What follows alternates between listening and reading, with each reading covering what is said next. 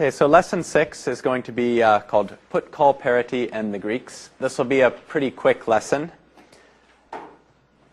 I just want to introduce a couple of concepts that I'll use then in the next 4 lessons.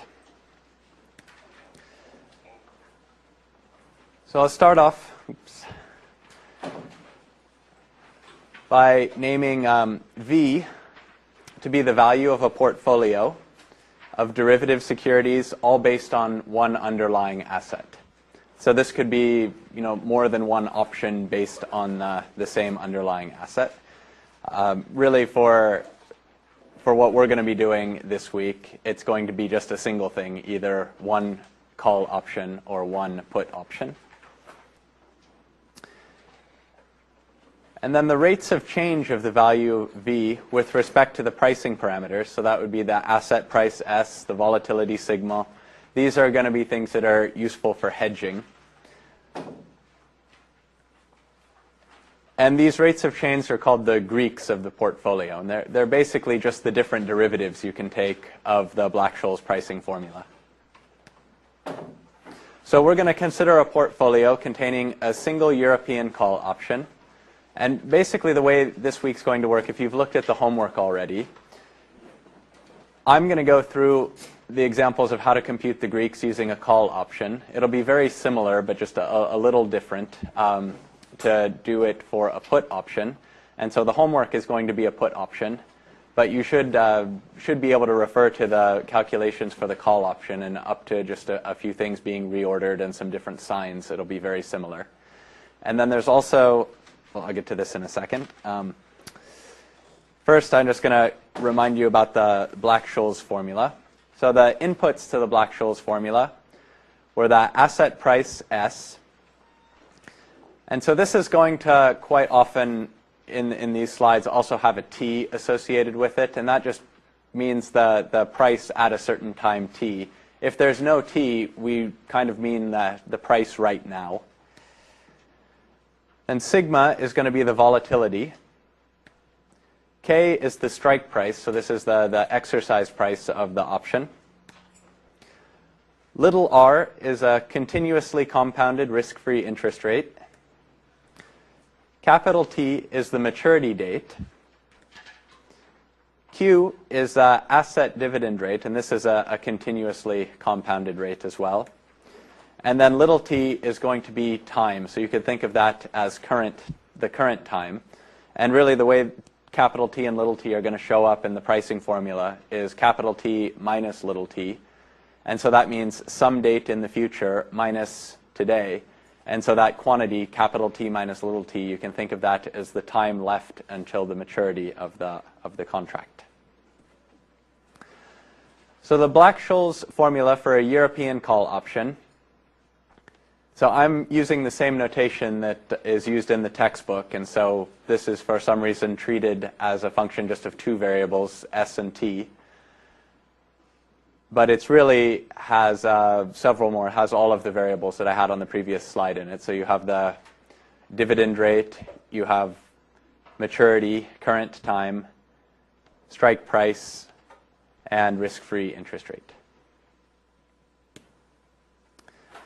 And then we also have this function, capital phi, and that's just defined as the integral from minus infinity up to z of e to the minus x squared over 2 dx, and then normalized by this factor of 1 over the square root of 2 pi.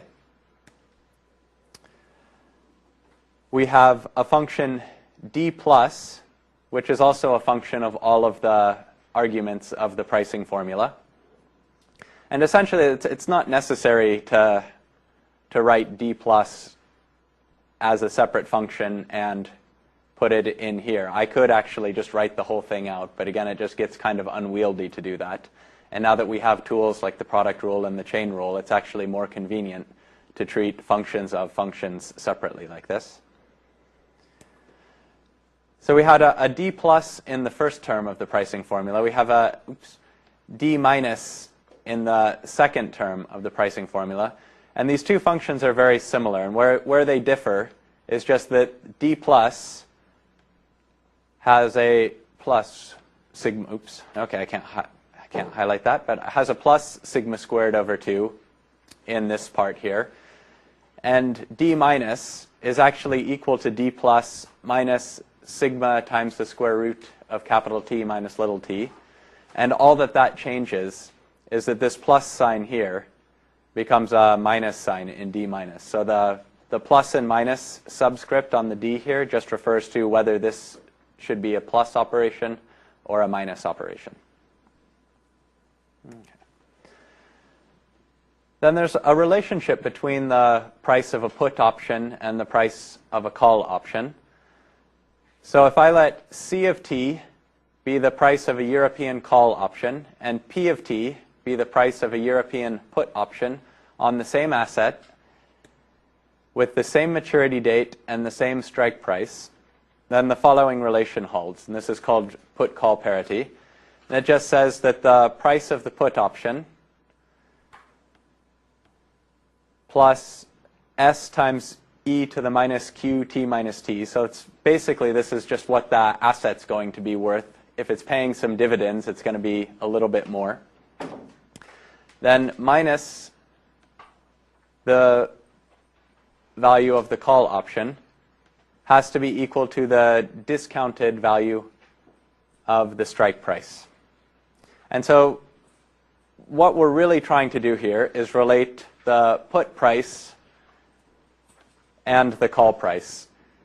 And so in the homework, I've asked you to do two things. So I'm going to show you how to calculate the derivatives of the call price. And then I'm going to ask you to calculate the derivatives of the put price. And so I want you to actually, in the homework, compute those by taking derivatives of the formula. But you can check that you got the right answer by taking derivatives of this put-call parity relationship and then just plugging in. So if I took the derivative of this, for instance, with respect to S, this term would just be dc ds.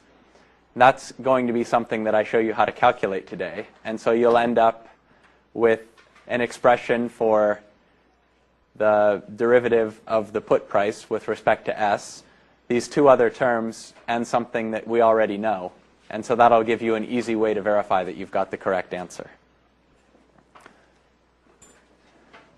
Then the Greeks are, and they're just the different derivatives of the pricing formula, but they all have names that are Greek letters. So that's why they're called the Greeks. It has nothing actually to do with the country of Greece.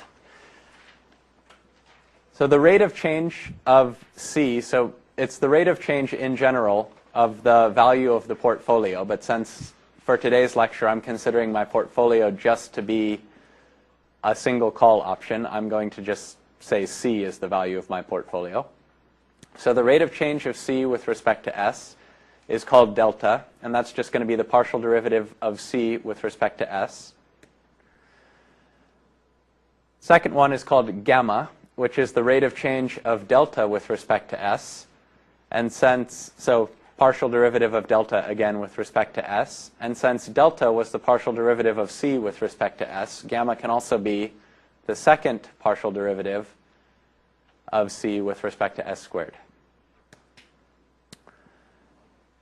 Then we have theta, which is the rate of change of C with respect to T. And so that'll just be the partial derivative of C with respect to T. Rho, which is the rate of change of C with respect to the risk-free interest rate R. So it's the partial derivative of C with respect to R. And then vega, which I'm not sure this is actually a real Greek letter, but it sounds kind of Greek, so I guess they threw it in with the group, which is the rate of change of C with respect to sigma. So partial of C with respect to sigma.